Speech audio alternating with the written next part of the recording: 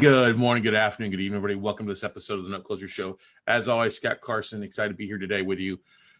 It is a kind of a rainy day. Got a thunderstorm going on outside here. Rain's coming down pretty hard. So hopefully the internet keeps going and rocking while we're rocking through this episode. But I wanted to bring this up. This episode is going to be discussing a little bit about Detroit, Michigan, and some of the changes that are taking place there. Now, kind of just sprung up actually from a conversation yesterday I had, and then working with a couple of our students to get a couple deals closed in Rock City, Detroit Rock City, as we say. Now, Detroit's been a hot market the last couple of years because of a couple of things. One, lots of inventory. Two, price points still cheaper. Three, values are rebounding strong. I think Detroit itself has seen at least a double-digit appreciation over the last couple of years just because it's the affordability, for one thing. But there are still a lot of troubles going on in that neck of the country as well, especially Detroit's got a lot of blight in different parts of it. You've got a lot of economic development going into it with a new bridge, the Gordie Howe Bridge.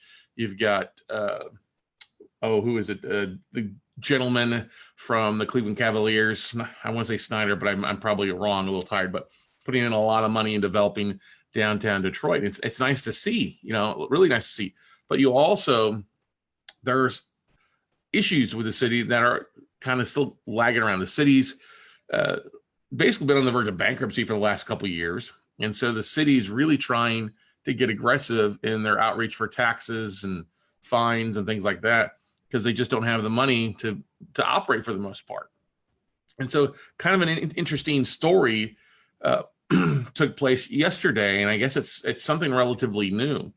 We had a couple students getting ready to buy a couple contract for deeds, a couple performing contract for deeds in Detroit, and they were going to be using their own funds, their own self-directed IRA to fund. Well, they sign the contract, they get ready to fund, they send in the paperwork to their self-directed IRA custody. In this case, it's Quest IRA, and Quest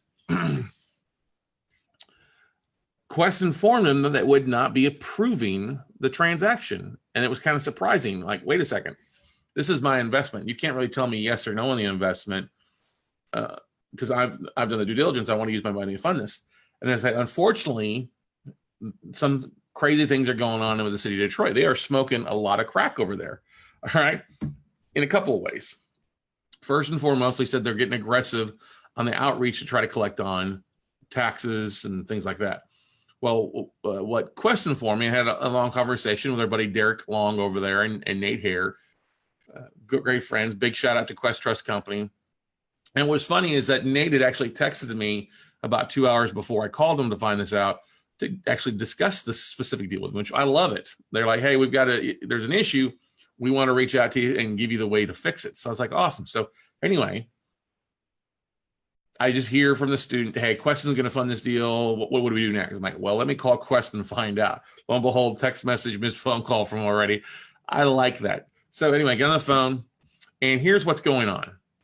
When you buy a note in your IRA, use of your funding with your IRA, how does it get recorded at the county? Well, if you're using Quest Trust, it's going to read Quest Trust Inc. for the benefit of, let's just say Scott Carson, IRA number 1234567, or it'll say Quest Trust Company for the benefit of IRA number 1234567, right? So what is happening, there are investors that are buying assets in their IRAs, not just Quest, but other trustees. They're not following through, they're not paying taxes, they're letting the property go to tax sale. Well, the city of Detroit is now reaching out and suing the self-directed IRA custodians.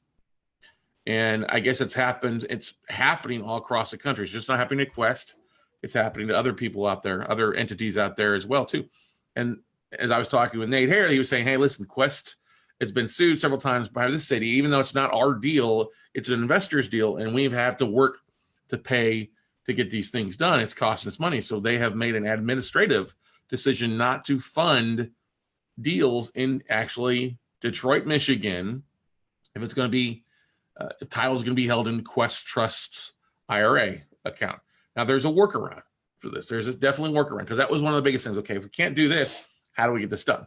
Well, as Nate said, and I totally agree, we actually had the same idea, because you can have the investor. This is what I love about Quest, is actually the solutions actually works faster to solve the issue to get funding done versus going the traditional route of having a deed of trust, or a note or things like that. Having not have to provide copies of the new transfer stuff. Nate said, you can go out, create an LLC, or if you create an LLC with a third party, usually somebody that's not as we say, the IRA Macarena, not your parents, not your kids, not your siblings, but have somebody else outside of that Macarena, like cross, top, down, side, side. It's like kind of cross into the whole across. Have somebody be that as the operating. So you can't create an LLC with your managing member, but maybe you have your CPA, maybe you have your attorney, maybe you have your best friend. Have them the operating manager, the managing member of that LLC, and then what you would have do the investor. If I'm buying notes using my IRA, I would say have my attorney be the managing member of an LLC. And then what I would do is then I would have my IRA fund that LLC, which is a private entity, a private placement investment. Really easy to do with Chase. It's just basically filling out a couple forms. You don't have to provide copies of the notes. You just say, hey, we're funding this IRA. We're investing in this entity. And then of course, what happens is title of that note, title of that contract on the assignment or on the deed, if it's a contract for deed, is in that entity name, not in Quest's name, and it solves the issue. So while yes, it requires you have a separate LLC, separate person managing it, it actually adds a level of asset protection to your deals. It actually adds a little bit of extra between, in a couple of reasons. For your IRA, one, your name isn't floating out there. So somebody like Scott Carson or any of our students can't jump on the county clerk website, all right, county clerk, county appraisal district, and type in Quest Trust to find people that own IRAs, who have funding deals with IRAs. That would just show up as an entity. If we don't know the entity name, there's no way to track it down. Does that make sense? So that's a nice little extra thing, is your name, your IRA name is not out there. So that's a bit of anonymity and asset protection for you as well. Now, the thing you got to keep in mind, yes, now you've got to pay separate filing fees for the LLC in that state or other states. Obviously, you live in California, buying in Michigan, you're going to be, if you have to create a new account, you've got to pay that extra filing fee in California. California wants their pint of blood. No matter if you breathe in California, you're paying your annual registration fee. If you're creating an LLC in Michigan, I think it's less than $100. But that's the thing to keep in mind. That's the workaround, and actually, it's a pretty easy fix for that aspect. But I would not be surprised if you run into this, as Nate said. Other IRA companies are already running into this, and they're just avoiding Detroit, Michigan, until Michigan realizes, hey, you can't be suing Quest Trust Company. You got to sue that IRA. You have to sue the account holder, not the actual company. So do not be surprised. This is something that's just popped up. I actually was trying to track down any other articles I've seen pop up about this and have not. So it was really great to have a conversation yesterday. And then, of course, I reported back to our students, said, hey, here's the fix. Reach out to your CPA, reach out to your attorney, reach out to somebody who's not in the Macarena, as far as it's a arm's length transaction where it looks like that entity is buying the actual asset, and then the LLC is funding that asset, or funding that LLC, which is basically buying the asset. So easy to do. Made a phone call to the person helping them with the deal, with the note seller, say, hey, here's what's going on. We're going to get this fixed. I'm vouching. I just got off the phone to get this solved. This is something you're going to run into selling more assets in Michigan, especially Detroit, Michigan, if you have other people that are funding with their IRAs. And he's like, wow, thank you. I appreciate the workaround. Appreciate you jumping in and helping to get this thing solved. So beautiful thing is now, hey, you can usually create an LLC in 24 to 48 hours and get it all fixed, and the contract's re-signed, and then that way it's all done and buttoned up and still closing, usually in 24 to 48 hours. Because now you don't have to resend in the copy of the assignments, the copy of the deeds, anything like that. You just basically, the private placement forms is really simple, easy. You've got a copy of the joint venture agreement or the lending agreement that takes place on that. So it's kind of a cool aspect of getting things solved. So that's something to keep in mind. Like I said, I know many people out there are buying in Michigan. They like, you like that state. I love Michigan, but this is just in Detroit. This is just in Detroit. Now, another thing about Detroit, Detroit's got so much growth going on in it as well, is you've got to be careful if you're buying property or buying notes that need work in the outlying areas. Flint, Pontiac, some of the other areas that's maybe a half hour to hour outside of Detroit, you're going to have a harder time finding contractors, because a lot of contractors, especially right now, are feasting in Detroit. They don't want to spend the time to drive out of Detroit to drive elsewhere when they can find so much work going on in the city. So that's something to keep in mind too. We have to thank Adam Adams, AAA Adams, or just, yeah, Adam Adams with AJ Investments, sorry, for sharing that with us a while back. And I thought I'd done a podcast episode talking about that and realized I hadn't. It was just him and me passing when we were up in Michigan last summer, and we got a chance to hang out with them and with him and his lovely wife, Jennifer, when they were up there looking at assets as well too. It's kind of a funny thing is, you know, with social media, like, oh, hey, you're in town. Hey, we're in town. Hey, we're 20 minutes apart from each other. Why don't we just meet for coffee? And Adam was giving us some insights on some of the stuff that he's dealt with there in Flint and other areas of the country, because he's a big fan of Flint. I'm a fan of Flint. May not drink the water, but still been some really good cash flow because the assets have been cheap. So that's the thing to keep in mind when you're talking to your potential funding partners and they want to be on the assignment of trust, or assignment of mortgage or the deed of trust with the CFD. Like, listen, let's go ahead and create a separate LLC, have your IRA fund that LLC, and then we'll put the entity in that LLC. Now, if you had a series LLC, it's a pretty easy thing to do. Just create another series, especially here in Texas. That's kind of what we do. Hey, we're buying assets. We'll just register that series, and you're funding that series. So, and then working through, obviously, so we're not violating security laws or things like that. So I highly recommend you talk to an attorney. And there's also some changes going on in Ohio with the state wanting you to have an office there, especially primarily if you're in a second lien position space. You want to double check that law and clarify to make sure you're not violating anything by buying notes in Ohio. CFDs are currently exempt from that law. I want you to have a spot or office in there, but just reach out to your servicing company. I had a good conversation with Shantae Duffy over at Madison, found that we are exempt from that, which is fine because we don't own any junior liens. So that's one thing that you'll want to keep in mind when you're looking at buying in that space as well too for everybody. So, you know, laws like this change, you know, things pop up. Those that understand it and keep abreast of it, that figure the workaround, you know, hey, I can't go this way. I got to go A1, you know, instead of like going exit, I got to go to this exit instead, and how we structure the deals to make things happen out there. So excited about that, everybody. I mean, it's an easier fix. One thing that just springs to my mind is if somebody were to do some research, it might be a great way to offer up a service to somebody, to investors in that neck of the woods.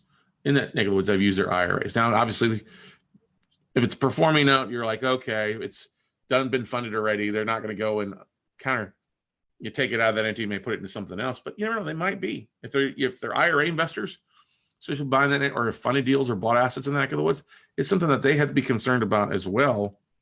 And I would not be surprised if you start seeing letters from other self-directed IRA custodians and trustees reaching out to their existing investors, their existing database, to alert them to this change that's taking place in Detroit City.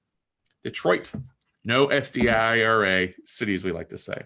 So that's a couple things you want to keep in mind, everybody out there. Things will come, things will go.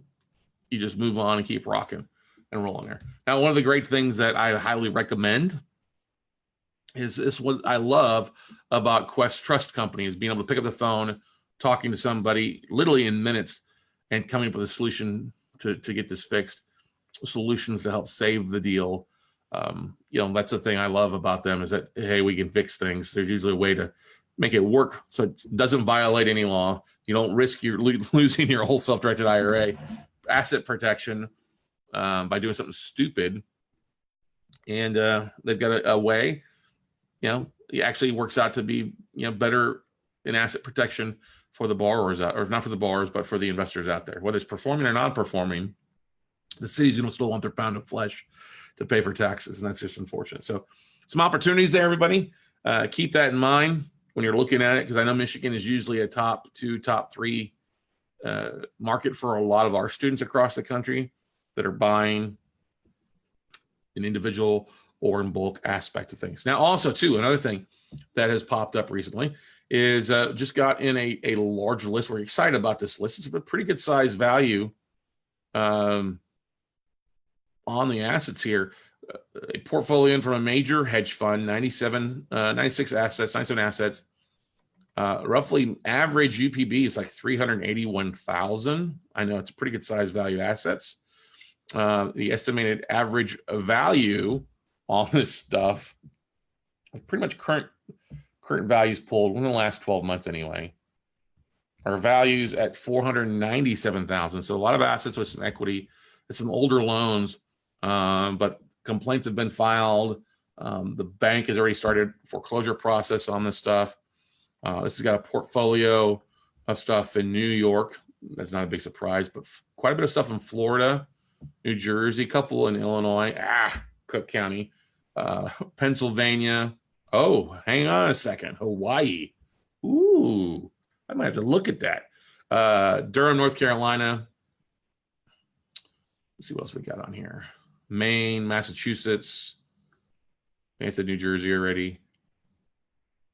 A couple in Nevada, some nice stuff in Nevada. Really nice stuff in Nevada. What's the values on these things? Oh, not so bad. Decent price stuff with, oh, hang on a second. Yeah. Basically, they're over encumbered in Las Vegas. A condo and then a house there. And then, yeah, so, and some stuff in Texas, a couple assets in Oregon, Pennsylvania, Washington State, one's in California as well, Ohio. I already mentioned Oregon, but there's some decent looking assets in this. We're pretty excited about this. We're gonna, it's a major fund out there. I give a big shout out to Logan out there, is closing on a couple of deals off this tape. And he called me up. He's like, hey, I'm working with this fund and they want to buy some bigger, sell some bigger pools off. What's the amount you can handle? Like, well, why don't we talk to the fund and find out what they're looking to sell? How big a pool they looking to, how small a pool. And one of the great things about having a mastermind group is we got 40 people coming together to discuss working together on a portfolio like this, where everybody gets a piece of the pie, everybody's working together and coming and co-bidding together on assets to help really knock some things down. So we're excited about this. We'll be putting this tape just for the mastermind members in some really nice markets. Some higher price stuff, but some stuff that could actually be kind of nice for some people who are raising capital and looking for some nicer priced assets as well. Yeah, Florida sticks out, North Carolina, Oregon, well, Ohio. Like I say, gotta love the tropical island Hawaii. Some stuff here in Texas too. Pretty stoked about this. Texas. Oh wow, wow. Got some equity on that one. $42,000 unpaid balance, and they owe 130. Was it at 130? Oh, they basically still got some equity, but still though, with the UPB on this stuff and the back payments, they're over encumbered. So pretty stoked about some of this stuff. I mean, you're starting to see this, everybody. Yes, banks are moving stuff. When you start seeing more banks moving residential or bigger funds being open to selling off smaller trades, not the 20 million or 50 million, but even a $5 million trade is not that huge anymore these days with so much money sitting out there ready to get to work. So pretty stoked on the stuff. I see some stuff I look at for our portfolio, and looking forward to spend this time this weekend. So we're excited. Like I said, we got 40 people coming in to Austin. We go through a variety of different things, rule changes like what's going on in Michigan, like I just talked about, some of the different tapes we see, and the different opportunities for people to partner together on assets and trades so that it's a win-win across the board for everybody. So that's one of the great things out there, everybody. If you can keep track or really build your riches, aren't in the niches. I mean, we've got a niche here, but more so than anything else, I think a lot of the wealth in the next 12 to 18 months is going to be coming from you working with other investors. Not that you aren't going to make money as an individual investor, but I'll give you an example. I think it's becoming harder and harder for individual investors, the one-off buyers, to get deals done. Why is that? Well, for a couple of reasons. They're looking at, maybe they only have a little bit of limited funds. They're looking to fund their deals with their money. So it's a limited amount. And I think your hedge funds, your asset sellers, your banks would rather deal. It's not would they rather, they prefer to deal with larger trades and less people, just because of what it is. They're not set up to handle with 100 buyers. So if you can work together, I won't call it like a buyer's club, but it kind of comes down to that, where you're a note buyer's club, working together, taking down trades. Probably want to put some paperwork together for sure, for asset protections, and working together really take some things down and win together as a group. We are making some changes here in our offices on some of the things that we're doing wise. I'll give you an example. There's different ways that I think we're one of the best at when it comes to pulling data and marketing out there. And I'm just going to go ahead and say we're the best at what we do in our field. And so the fact that we can pull, like I'll give you an example, pull a list of self-directed IRA owners and investors out of specific counties that we're buying in, those lead to great leads for buyers of assets in those areas. Well, if we're also working the other side of the equation by building lists of asset managers that we reach to, building lists of funds and available tapes that are available for people to cherry pick from or co-bid on or carve out a mini tranche for their own portfolio or together as a group, that means you basically are just connecting the two. As I was called by Investors Business Daily being the Chuck Woolery of ugly paper, the love connection of ugly paper, that's kind of what we're focused on. We've got some really great things that we're doing, moving some assets right now. But since we've done such a great job over the last few years of really building a great database of such, we're going to keep doing that.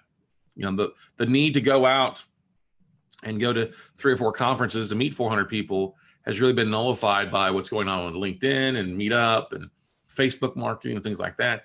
That's where I think a lot of the funds that get it are going to make a lot of money, because they're going to have less overhead when it comes to marketing to go to an event, to spend $5 grand or 20 grand to send people to a convention where they can sit at home, market, work in their shorts and t-shirt if they want to. I have no problem with that. And market to areas, market to cities, market to the funds, and realize, hey, you've got these 40 assets in Michigan. Let me take them down. You've got these 20 assets in Florida, these 30 assets in Ohio, these 12 assets in Texas, whatever. I'm looking to buy. And what's funny is I think you look at some of the news, like yesterday afternoon, Keller Williams announced that they were going to get into the iBuying space. What's that mean? It means they'll be buying assets. They're joining Zillow in that space, where Zillow's going to be buying real estate to turn around and sell that themselves.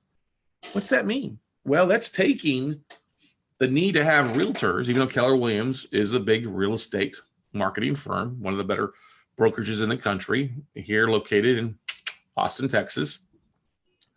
Technology is driving that stuff. So what it reminds me of more than anything else, if you've ever get a chance to read the book, The Flash Boys, The Flash Buyers. Do I have this? I have the book in here. Written by the same guy. Maybe I don't. Written by the same guy who wrote The Big Short and Moneyball, talking about how New York traders will pay billions of dollars to get 1/100th of a speed faster when it comes to trading on the New York Stock Exchange and Wall Street. Well, you're going to start seeing that.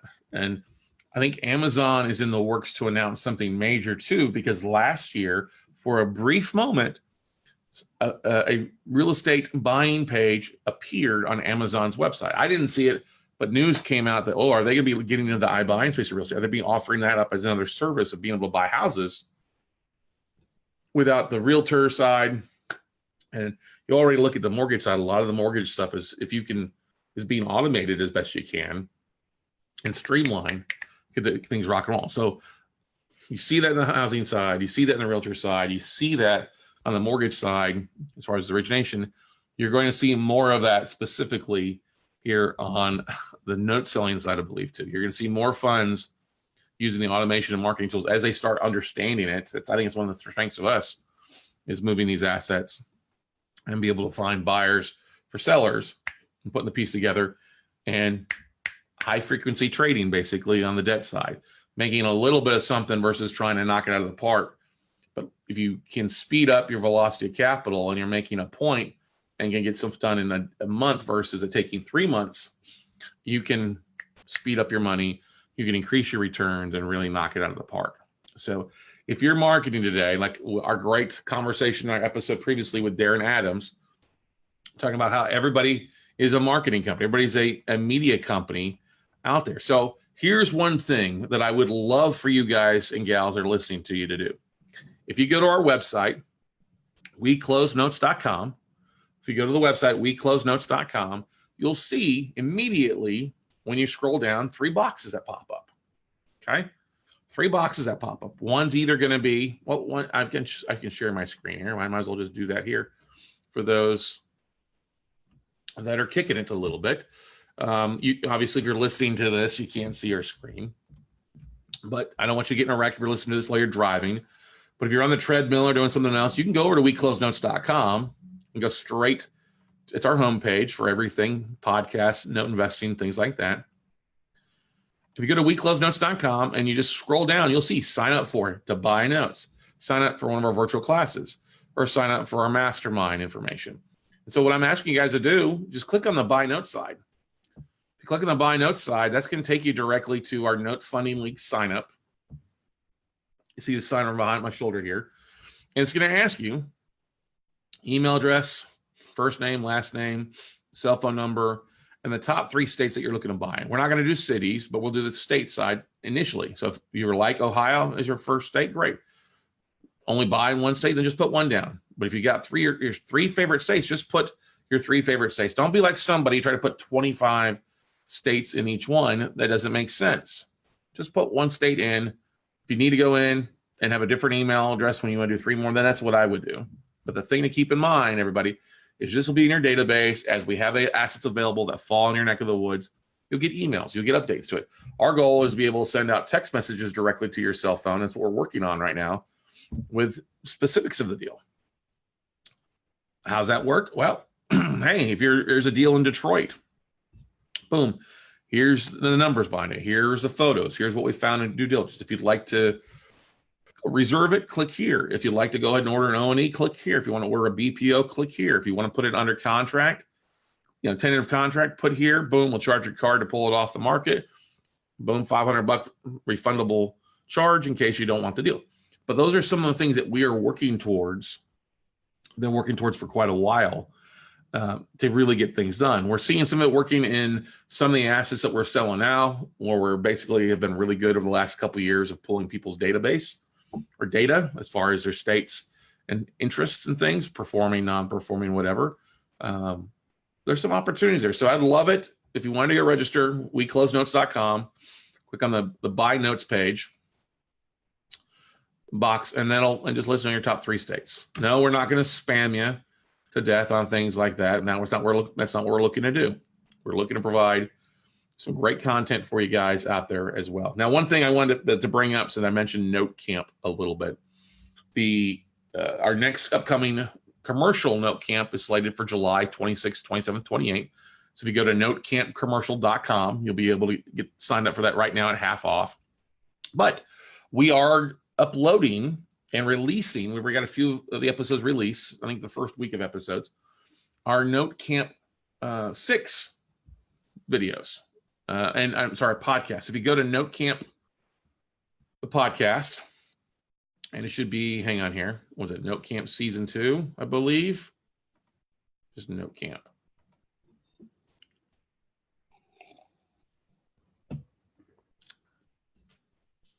So we have basically 3 total podcasts that we do in the note space.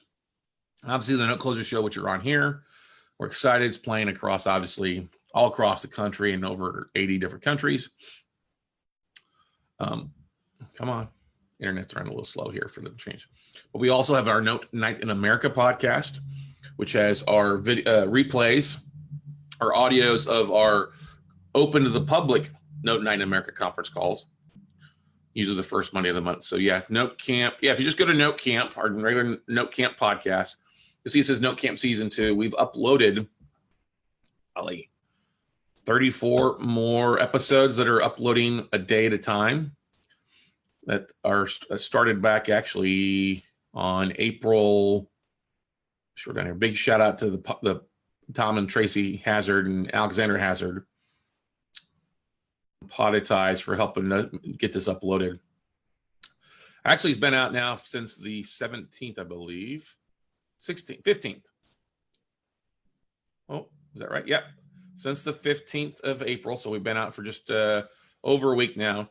You can go listen to a couple of those episodes. We basically have about a week of them published for you. Good chance to go back and listen to stuff. Go listen to the residential stuff. That's some really great things with investor panels, bulletproof due diligence from Pro Title USA. We got Franco and Tony from the Satillo and Brill law firm on there. Nate Hare was a guest. I was talking about self-directed IRAs. We got Shantae Duffy and Servicing from Madison Management talking on their interview in there. Sue Nelson talking about some commercial note stuff. Don Rickabaw's episode, The Dance Between Property and Paper, went out today. So there's a good 7, 8, 9 episodes there for you to get listened to. We'll be releasing one a day. Check it out, the Note Camp podcast. That's the third one that we do besides Note Night in America. Check it out. Releases an episode a day up through, I believe it's May 19th.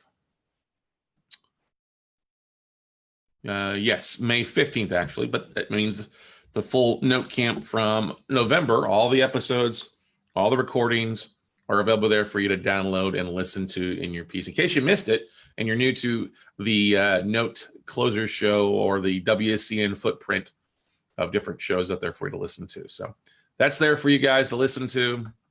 Highly encourage you to check it out, download them if you have questions. For some of those, the people speaking, they have workshops or offers that are still available for if you're interested. So if you're interested in a product that they're offering or class or workshop, they usually have new dates. Feel free to drop me an email. I'll be glad to reach out. And oftentimes, if they get these educators get an email from me regarding a new student, they're often willing to match that offer that they offered up 6 months ago. So highly encourage you to check out Note Camp Podcast.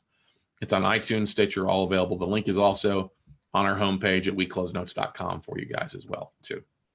So anyway, kind of a quick recap again, if you're just joining us. Once again, everybody, if you're using your self-directed IRA to buy a note, performing, non-performing, in Michigan, specifically Detroit, Michigan, you're going to need to use an entity in place for title, for the assignment, for the deed of trust, whatever. Instead of Quest, Trust, Equity, Bust, whatever, use a third-party entity, somebody that's not related to you, the whole Macarena, not your parents, not your kids, not your siblings, but an arm's-length transaction with somebody managed it, usually your accountant, your realtor, or very close to your friend as a managing member of that LLC. We're going to have the contract go in that LLC's name, the deed of trust, title and stuff like that. And then your IRA can fund that LLC. Simple transaction, private entity investment with Quest Trust, just a couple documents and they can still fund. Because the cities, especially Detroit, is now starting to sue the IRA custodians when people aren't paying their taxes. So that's one thing out there. Once again, everybody, take it. Feel free to pick up the phone and call Quest Trust Company, let them know. Talk to Nate Hare or Derek Long over there. Big shout out to both of those guys for being very proactive yesterday in alerting to us this new issue that's taking place and a way to work around. Still get it to work. Still have our students close on deals, some double-digit returns and some performing contract for deeds. So proud of them. And, it's great to have work well with a company that's going to work out, to find a way to alert you of the situation versus let you just sit there and make a mistake yourself. So check them out. Once again, guys, if you're using the code Carson19, it'll also get you a discount to the upcoming Quest Trust Expo taking place August 23rd, 24th, 25th. Carson19 also should get you a discount off of any fees to start or open a new account. If you're opening up a new self-directed IRA or Roth, whatever, or rollover, check out Quest Trust and tell them that I sent you. Carson19 to get 25% off your account opening fees. But that's about all I've got for today's episode. I just wanted to alert everybody to what's going on there and show you the way to get it fixed. It's important if you're partnering with somebody's IRA or using your own IRA funds to be a little safe, to take the guesswork out of it and not to put your IRA at risk of being sued, or more importantly, the IRA company at being sued and not wanting to do business at all in that city or state. So, a little bit of a hiccup, but nothing big for everybody out there that's dealing with this. It's an easy fix. Just got to spend a little bit of time. And heck, if you don't have an entity, you probably need to get one anyway. Start doing it. Have your attorney be on the managing member or somebody else out there to help you keep it arm's length transaction so you're not facing an issue when it comes down to, asset protection, or if you ended up running, you're not jeopardizing Quest's or your IRA custodian out there as well too from being sued. So that is all I've got for you guys and gals out there today. Go out and make something happen. Take some action. Check out the website. Like I said, check out weclosenotes.com, register, get our note buyers list. And as we've got stuff available, we'll send them out to you as well. But otherwise, have a great day, and we'll see you all at the top, everybody. Bye.